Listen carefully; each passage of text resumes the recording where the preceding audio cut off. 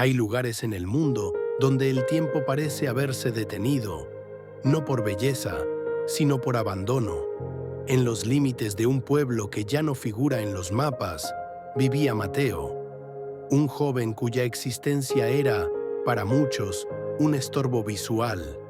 Su hogar no era más que un esqueleto de madera vieja que crujía con el viento gélido de la montaña, como si la casa misma se quejara de su propia soledad.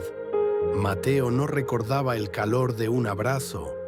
Sus padres se habían marchado al reino de las sombras cuando él apenas aprendía a pronunciar sus nombres.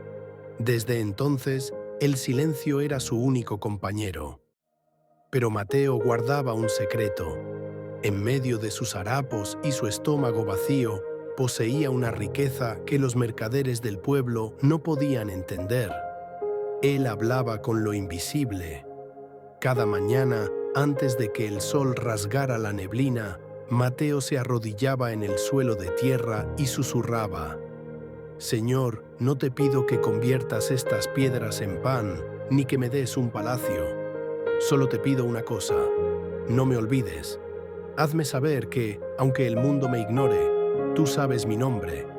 Esa era su oración, simple, desnuda, casi desesperada. Pero en ese vacío, Mateo estaba a punto de descubrir que el cielo tiene oídos para los que el mundo ha dejado mudos.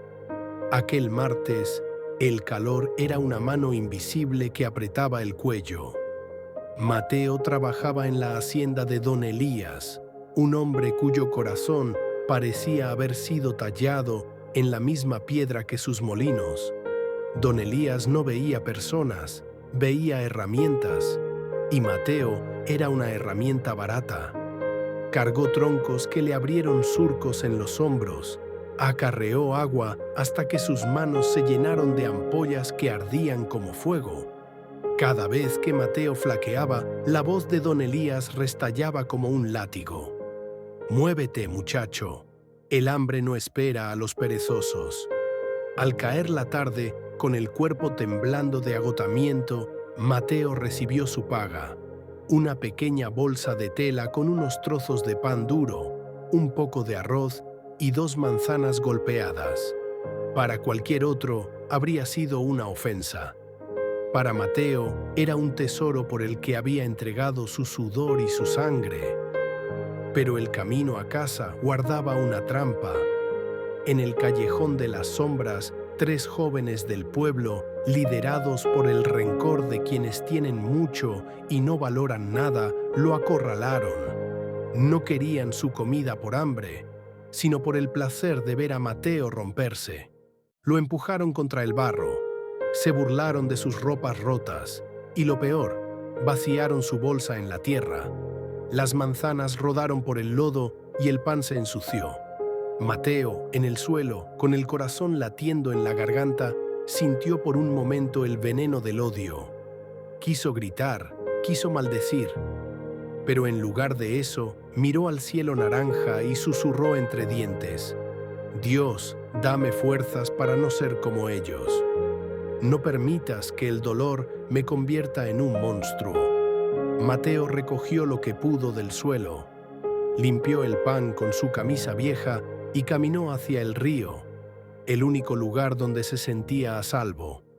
Allí, sentado sobre una roca gastada, vio a alguien que no pertenecía al paisaje.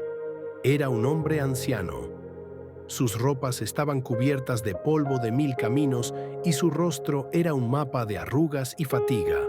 Sus ojos, sin embargo, tenían una profundidad que Mateo no pudo explicar.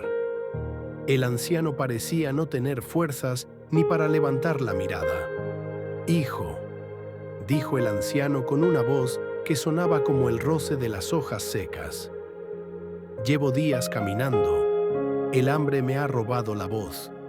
¿Tendrías algo que compartir con este pobre viajero?». Mateo miró su bolsa, miró el pan sucio, las manzanas magulladas. Era todo lo que tenía para sobrevivir los próximos 2 días. Su mente le decía: «Si le das, tú morirás de hambre». Pero su alma recordó la voz de su madre: un susurro que el tiempo no había borrado. Hijo, cuando das desde el corazón, las manos nunca se quedan vacías, porque Dios las llena de algo más grande que el pan. Con manos temblorosas, Mateo sacó el mejor trozo de pan, lo limpió con cuidado y se lo entregó al anciano. Incluso le ofreció la manzana menos golpeada. Tome, abuelo, no es mucho y está un poco sucio, pero es lo mejor que tengo, dijo Mateo con una sonrisa genuina. El anciano comió despacio. Cada bocado parecía devolverle un rastro de vida. Cuando terminó, miró a Mateo y le pidió un último favor. Ayúdame a caminar un poco, mis piernas ya no me obedecen. Mateo, olvidando su propio cansancio, ofreció su hombro. Caminaron bajo la sombra de los sauces en un silencio sagrado que parecía envolver el mundo entero. De pronto, el anciano se detuvo. El aire alrededor se volvió cálido, como si la primavera hubiera estallado en un segundo. Mateo sintió un escalofrío que no era de frío, sino de asombro. Mateo, dijo el hombre. Su voz ya no era débil, era poderosa, resonaba en las montañas y en el alma del muchacho. ¿Sabes con quién has caminado hoy? Con un viajero cansado, señor, respondió Mateo, cayendo de rodillas sin saber por qué. El anciano comenzó a brillar. No era una luz que cegara, sino una luz que sanaba. Su figura se hizo majestuosa. El polvo desapareció. He caminado contigo mucho antes de hoy, Mateo, dijo la presencia. Estuve contigo la noche que lloraste sobre la tumba de tus padres. Estuve allí cuando don Elías te humilló y yo mismo recibí los golpes de los muchachos en el callejón. He escuchado cada una de tus oraciones. Pensaste que eras invisible, pero para mí eres la joya más preciada de este pueblo. Mateo lloraba, pero sus lágrimas no eran de tristeza, sino de un alivio que le inundaba las venas. Pensé que me habías olvidado, alcanzó a decir. Jamás, respondió Dios, tocando la cabeza del joven. Hoy me diste de comer cuando pensabas que ayudabas a un extraño. Has elegido la bondad sobre la amargura, y eso, Mateo, es el milagro más grande que un ser humano puede realizar. Dios tocó la bolsa de tela de Mateo. Al instante, la bolsa se sintió pesada, rebosante, no solo de pan, sino de una paz que no se puede comprar. Cuando Mateo abrió los ojos, estaba solo junto al río, pero el mundo ya no era el mismo.